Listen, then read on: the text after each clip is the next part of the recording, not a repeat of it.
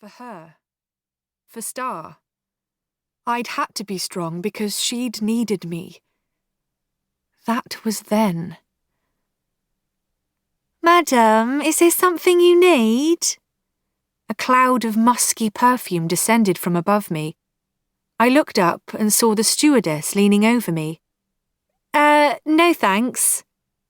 "You pressed the call bell," she said in an exaggerated whisper, indicating the rest of the passengers who were all asleep. After all, it was 4 a.m, London time. "Sorry," I whispered back, as I removed my offending elbow from the button that had alerted her. Typical. She gave me the kind of nod I remembered one of my teachers had given me when she'd seen me opening my eyes during morning prayer at school.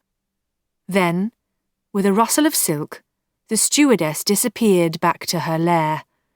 I did my best to make myself comfortable and close my eyes, wanting to be like the 400 or so random souls who had managed to escape from the horror of hurtling through the air in an aluminium tube by going to sleep. As usual, I felt left out, not part of the crowd. Of course, I could have booked into business class. I still had some money left from my legacy, but not enough that I wanted to waste it on just another few centimetres of room. Most of my money had gone on buying the swanky riverside apartment for me and Star in London.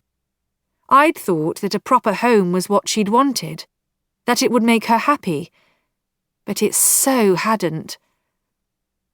Now here I was, no further on than this time last year when I'd sat next to my sister in economy class, flying across the world to Thailand. Except this time, Star wasn't with me, and I wasn't running to something. I was running away. "Would you like breakfast, madam?" I opened my eyes, feeling groggy and disorientated, and stared up at the same stewardess who had visited me in the middle of the night. I saw that all the cabin lights were on and some of the window blinds were open, revealing the pink hue of dawn. "No thanks, just coffee. Black, please." She nodded and retreated, and I wondered why, given I was paying for this entire experience, I felt guilty about asking for anything. "Where are you headed?" I turned to face my neighbour, whom I'd only viewed in profile up until now, and even then it had been a nose, a mouth, and a lock of blonde hair hanging out of a black hoodie. Now he was full frontal, staring at me. He was probably no more than 18, the traces of adolescent acne still visible on his chin and forehead. I felt like a pensioner next to him. "Bangkok, then on to Australia."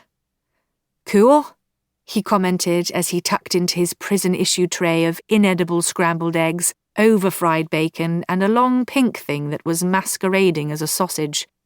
"I'll head there eventually, but I'm going to check out Thailand first. I've been told the full moon parties are something else." "They are." "You been?" "A few times," I replied, his question immediately downloading a selection of memories in my mind. "Which one do you suggest? Heard Koh Phangan's the best." "It's been ages since I went there last, but I hear it's huge now, maybe a couple of thousand people. My favourite place is Railay Beach in Krabi. It's very chilled, but I suppose it depends on what you want." "Heard of Krabi," he said, his jaw working overtime to chew the sausage. "I'm meeting my mates in Bangkok. We've still got a couple of weeks until the full moon to decide anyway." "You meeting friends out in Oz?" "Yeah," I lied. "Stopping over in Bangkok for a while?" "Just the night." I sensed his excitement as the plane began its descent into Suvarnabhumi Airport, and the usual set of instructions was issued by the cabin staff for us captives. It's all a joke, really, I thought as I closed my eyes and tried to still my banging heart.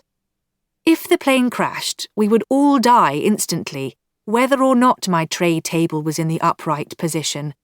I supposed they had to say this stuff to make us feel better. The plane touched down so gently I hardly knew we were on the ground until they announced it over the tannoy.